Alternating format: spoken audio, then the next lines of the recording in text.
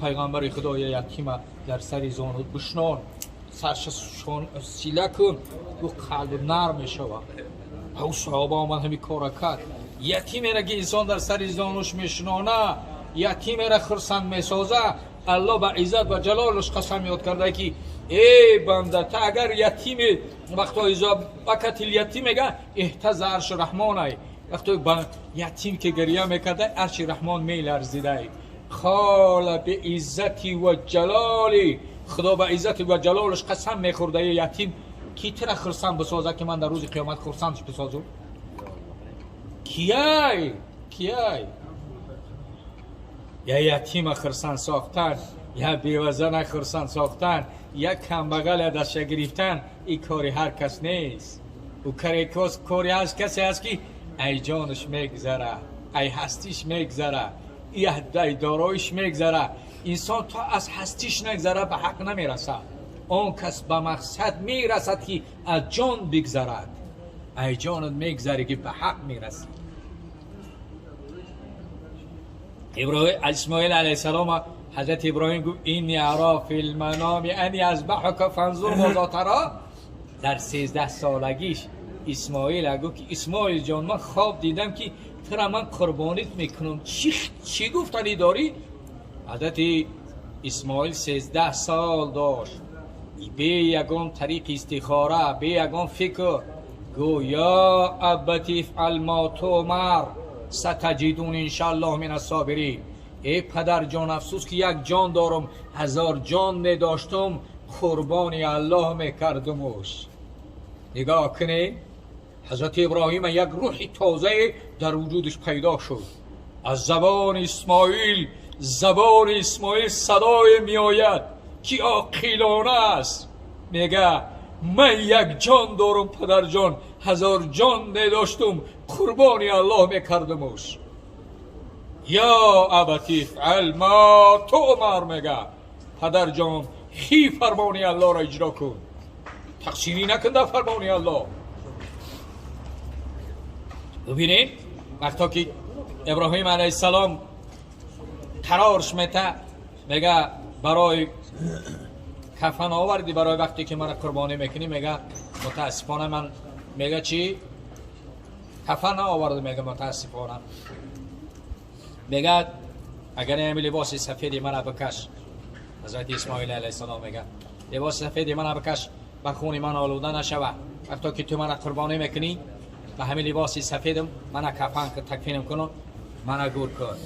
میگه وقتا لباس کشیدم، لباس حضرت اسماعیل علیه السلام 13 سال داره، این جوانی 13 ساله را لباس که ابراهیم علیه السلام مسافر 86 سالگی 86 سالگیش دیافتگی حضرت اسماعیل علیه السلام لباس کشید. گفت پدر جان خیلی مرا نکش که شاید که محبتی پدری فرزندی غلبه کنه و تو در فرمان خدا تقصیری کنی. گفت مرا به پیشانی بگذار، مرا به پیشانی بگذار، مرا به پیشانی بگذار. فلما اسلم، وقتا که تسلیم شدن او را گذاشت به پیشانی. وقتا حضرت ابراهیم علیه السلام نگاهش کرد اسماعیل علیه السلام و به پیشانی گذاشتش. فلما اسلم و تله للجبین، و به پیشانی گذاشتش، به پیشانی گذاشتش. و قال نادای اجانی پروردگار یا ابراهیم قد صدقت رویا کرد. دو صدق یعنی خواب تا چی تایید کردی، تو خوابی که دیدی تحقیقش کردی، عملش کردی. نگاه کنید صداقت ابراهیم مسافر 86 ساله اسماعیل در راه خدا پیدا میکنه. انسان برای خدا نباشه این کار کردن نمیتونه. حسین مالی کاشفی میگه که آن کس که تو را شناخت جان را چی کند، فرزند و عیال و خانمان را چی کند، دیوانش کنی و هر دو جهانش بخشی، دیوانه ای تو هر دو جهان را چی کند. حضرت ابراهیم علیه السلام ای جانش گذشت در 16 سالگی، خدا با جانش انتقامش گرفت. ای 16 سالگیش ای انتقام گذشت. وقتی با فرزندش انتقامش گرفت با فرزندش هم سربلندانه گذشت. ما را اگر با یک کسلی انتقام میگیره ایمو گذشته نمیتونیم. رحمی برادران عزیز، این زندگی امتحان است. ما را به صحتی و زندگی و ممات امتحان میگیرن. کدام ما یکم عمل صالحی را میکنیم یا یکم کار خوبی را انجام میدیم. همین برادران عزیز زندگی را از مردان بیاموزیم که او مردها چی؟ هستیشون الله بود، مالشون از آن الله بود، جانهاشون فدای الله بود.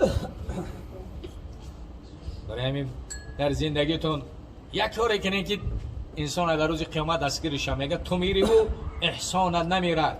یک انسان اگر بمیرم اما خوبیاش نمیمیرد تا قیامت. مردم میگه خدا رحمتش کنه نامته بود، خدا رحمتش کنه اون کاری خوب داشت، این کارهای خیر داشت، آب می آورد، ایک میکرد، مردم تا میداد. برای همین شاعر گفته تو میری و احسانت نمیرد، به تنگی های محشر دست گیرد. در روز قیامت با همون خوبیات دستی تنه میگیره. فهمیدی؟ روز قیامت کسی نیست که یک کس ولا یسأل حمیم حمیما میگه خدا دوستان جانی همدیگر را نمیپرسن. برای چی روزی سخته؟ روزی سخته. برای همین در زندگیتون چیزی دارین خدمت کنین. پیغمبر خدا میگه فرزند آدم مال میگوی سه قسم مال است، یا میخریش یا لباس میپوشی یا صدقش میکنی. او سیمش که هست با جانو که در گلوت بیار بگوی لی فلانی لی فلانی ای فلانی دیگه مرید. حمیدی و پیغمبر خدا گو مال خطونه دوست میدارن یا مال دیگران را؟ سن صحابه را گو مال خطونه دوست میدارن یا مال دیگران را؟ صحابه گفتن البته مال خطونه دوست میداریم یا رسول الله. گو مال خطونه همایی که به دست خطون خیرش کردن هم مال شما ہے. مال دیگران همایی که به دست دیگران میغلطه موضوع میراث میگیرن. یک مثال بیارم، من یک شخص در کویت گفتم، من یک بار دیگه میرا تکرار کردم، میمرش 85 میلیون دلار برای بچه‌هاش میراث میمونه، برای 4 تا بچه‌اش.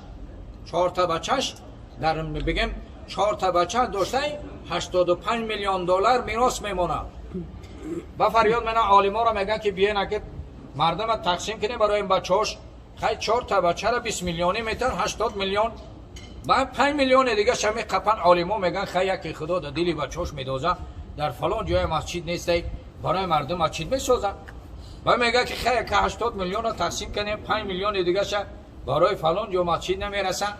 کی بچه‌هاش میگه اگر برای پدرمون میشید در کار میشید خودش میکن، این پولی ما همین است بودم ما بین ما تقسیمش کن. برای در همین زندگیتون چیزی دارین بکرین به امیدش که نشین اوی با من چیلم کنن سالم کنن کارت کنن دیگر با بلاد کنن دیگر چی باید نداره تا اون مرده خیر بخیر چه میکنن. در همین زندگی بکن، در همین زندگی بکن. ولی اخیل آدم حالی به همه دیگه که بچه شیره میکنه حالی بچه حالی اکر میکنه که در دست خدا نمیکنی اکو با سگرهای در تو پول گیری با میکنه. بسیار آدم ها ما دیدیم که ماشیناشون در تای خود بچه هاشون دیگه یک دیگه موزیکا موندگی دیگه نم پدر فرمود پدر دونم آدم پروردگار برادرم حاجی جلال ما را شما را سبب جمعیتی ما و شما شدن و این محفلی که ما نشستگیم این محفلی است که ما و شما را الله یادآوری کرده. محفل افتخاری است، با کمی ما نظر نمیکنه خدا، با همون صفتی ما نظر میکنه، با قلب های ما نظر میکنه.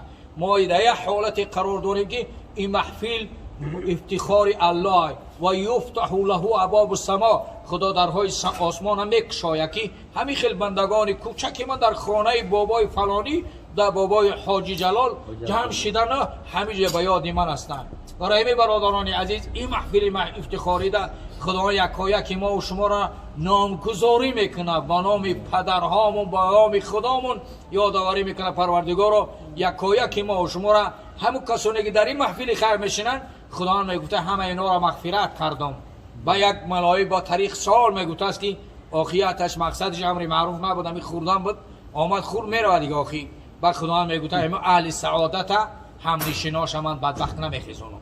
خدا هممون اهل سعادت قرار بده.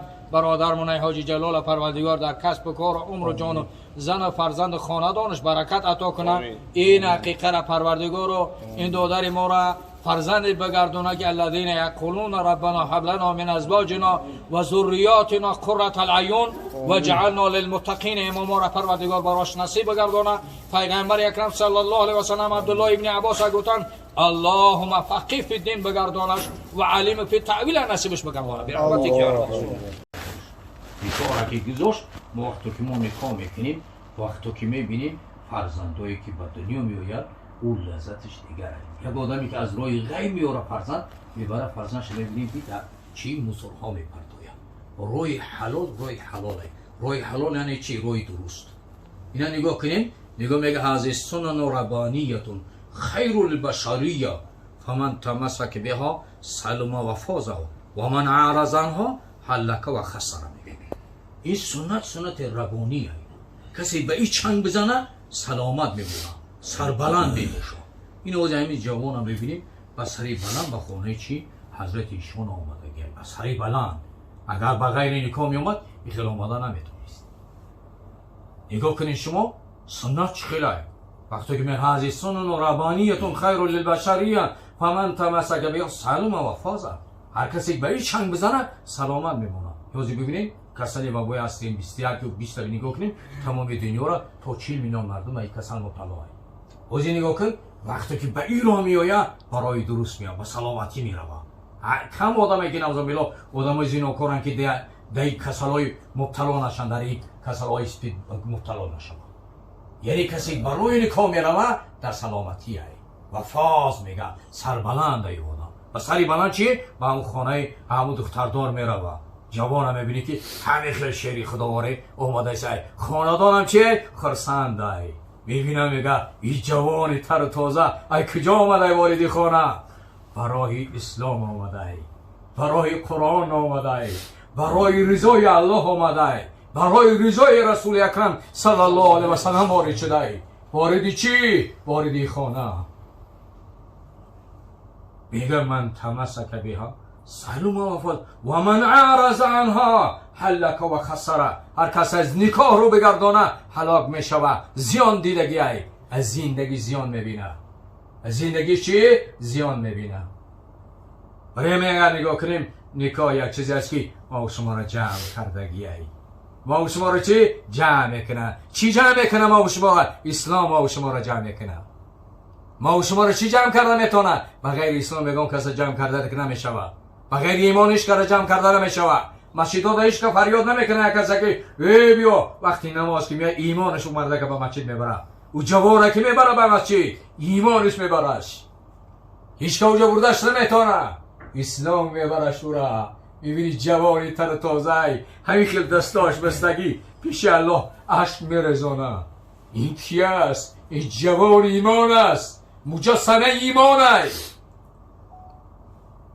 ببینید صلاح الدین ایوبی را من یک مثال برای جوانان میارم.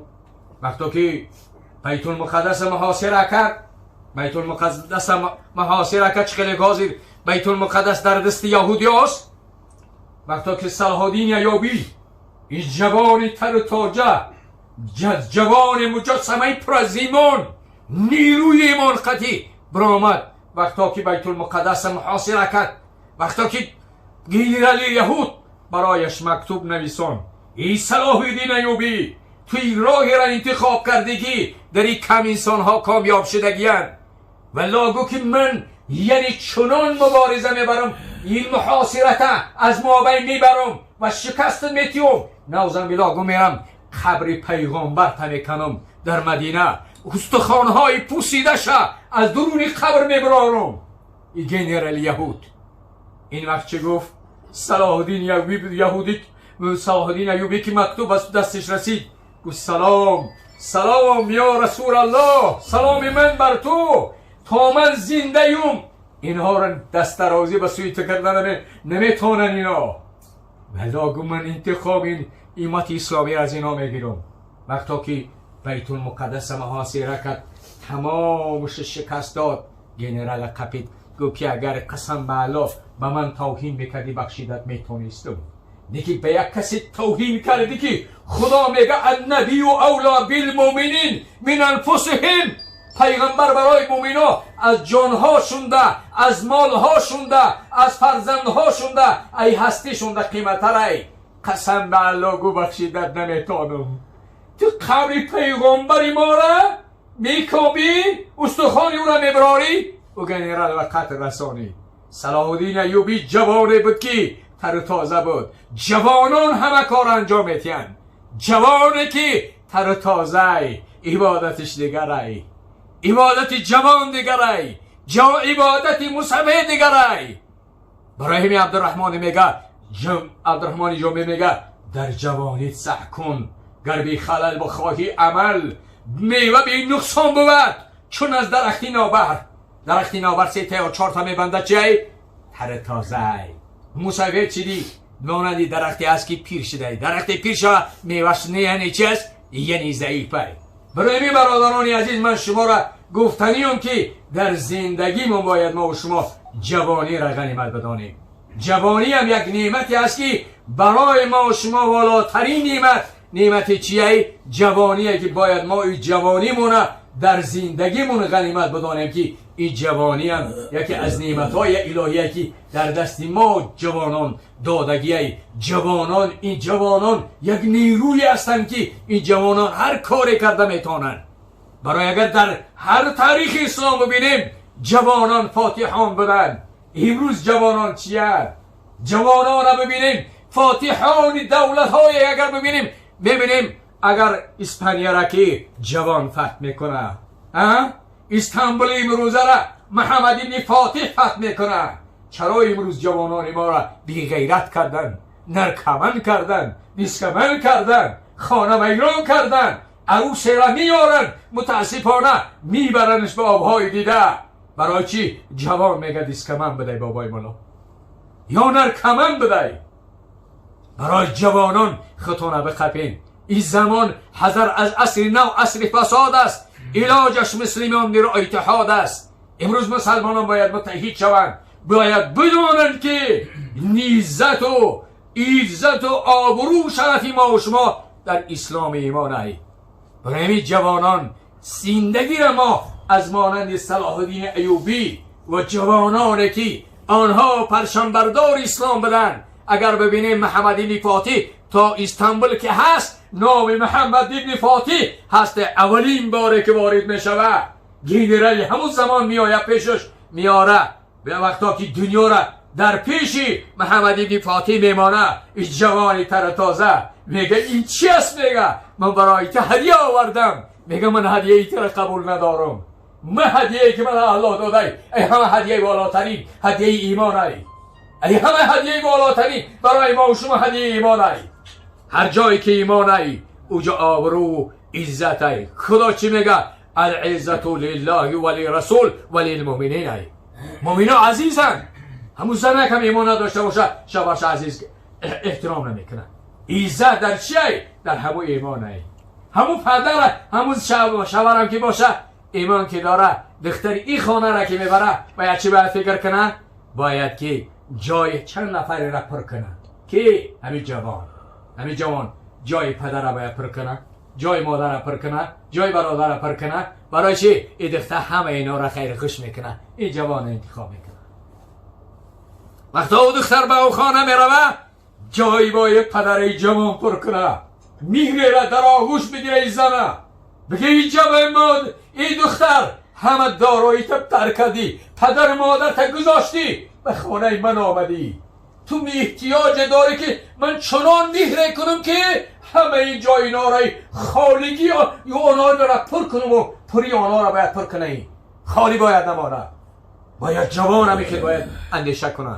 یا زن پیغمبر خدا گفتن خیر النساء امرأة اذا نظرت الیها سرتک اذا امرتها اطاعتک اذا خفت عنها حفظتک فی مالک و نفسک. گو پیغمبر خدا بهترین زن گو همه زنی است که گو پیغمبر شوهر به سویش نگاه میکنه او را خرسندش میسازه، به استقبال شوهرش میآید. وقتا که شوهر از کار میبراید این جوان از کار که میبراید مانده و خسته شده است به خانهش که وارد میشود زنی با ایمانش مقابلش میآید. شوهر جان چه زحمتی برای ما کشیدی، چه عذابهای کشیدی. پیشواش میبراید او رو مهربانانه وارد خانهش میکنه. پیغمبر خدا گفتن بهترین زن همان زنی است که شهوتش خرسند میسازه. شوهر که نگاهش کنه در چهره‌های زن خرسندی را میبینه. ایزا وقتا که در غایب شوهرش آبروی شوهرش محافظت میکنه یعنی شوهرش میداند که این آبروی شوهر آبروی هست که باید ایره در زمین نماله. این شوهری است که برای امروز تا بیگانه را عرق جبین رزانده است. برای کی؟ برای زن و فرزندش. خدای نکردن بسیار زنهایی هستن امروز که میبینیم شوهراشون خیانت کردن، لیکن خیانتشون امروز رسواشون کردگیه. والله که این الله از ذاتی هست که کسی نباشه جا و جاش میکند. گمان نکنید شما خداوند این چیزا را ندیده است، همه را دیده ایستاده ای و همه حالت باید ما و شما چی همیشه ایستادگری کنیم، در هر کاری میکنیم باید اندیشه کنیم. گفتم این جوان باید جای پدر و مادر، جای برادر، جای همه را پر کند و این زن هم که باشه پیغمبر خدا گفتم بهترین زن همون زنی است که شوهر نگاهش کنه و را خرسند میسازه، امرش کنه چه اطاعت بجا میاره، در غریبی شوهرش چه او را محافظتش میکنه. برای همین برادران عزیز اینجا اکای دوملو هستن، من میخوام که با رشته سخن به اکای دوملو میتیم و جوانانی که در اینجا هستن. او حضرت اقبال میگن نوجوانی را که بینم به ادب روز من تاریک میگرده چه شب، تابوت در سینه افزاید مرا، یاد علی مصطفی آید مرا. جوانان زمان پیغمبر قداشون یک وجه بود، لیکن همت آنها داشتن، غیرت آنها داشتن. دنیا امروز در پیش آنها قایل است. جوانان ما باید پیروی که محمد مصطفی صلی الله علیه و سلم باشند. جوانان ما باید الگوشون، زندگیشون، برنامهشون، هستیشون روانه به سوی حبیب خدا محمد مصطفی صلی الله علیه و سلم باشد. ولقد کان لکم فی رسول الله اسوة حسنه میگه خدا. برای شما در زندگی الگوی زندگیتون چی باشه؟ محمد مصطفی صلی الله علیه و سلم باشه. حضرت پیغمبر اکرم صلی الله علیه و سلم یگان تا گوشت را میاد در دستش میگیریم، اول در دهان حضرت عایشه مادرمون میمون، از همون جای گزیدگی حضرت عایشه مادرمون پیغمبر اکرم صلی الله علیه و سلم میگزیدن. یگان شیر را می آوردنش پیغمبر اکرم صلی الله علیه و سلم حضرت عایشه مادرمون روانه میکردن، همون جایی که میشه همون جای نوشیدگی حضرت عایشه مادرمون چی پیغمبر در حولیش مسابقه میکردن قطع حضرت عایشه مادرمون. میگه که از حضرت عایشه مادرمون میگه من وقتی که پیغمبر یاش گوشون که کلان مقصد که جوان بودن، پیغمبر در مسابقه از من میگذشتن و آخر بعد پیغمبر اکرم از پیغمبر در مسابقه من میگذشتن. پیغمبر خدا میگه ای عایشه او برنامه و ای برنامه برامشه. برای همین در زندگی باید ما زندگی و عاشرهونه بالمعروف خدا میگه. در زندگیتون با زناتون معامله خوب، زندگی خوب، رفتار خوب، گفتار خوب، که بعدی کم جدای یکی خدا نکنه مرد جدامونم که کرد همون زنه کم بعدی ما بگه که خدا رحمتش کنه. خوب آدمی خوبه، خوب آدمی بده که جاش خالی بیاوده. حیات در دست ما نیست، حیات و ممات همش در دستی الله هست. یکی شما خواهش میکنم در زندگیتون به مردم، به خلق، به زن، به فرزند، به جامعه مهربان باشید. السلام علیکم و رحمت الله و برکاته.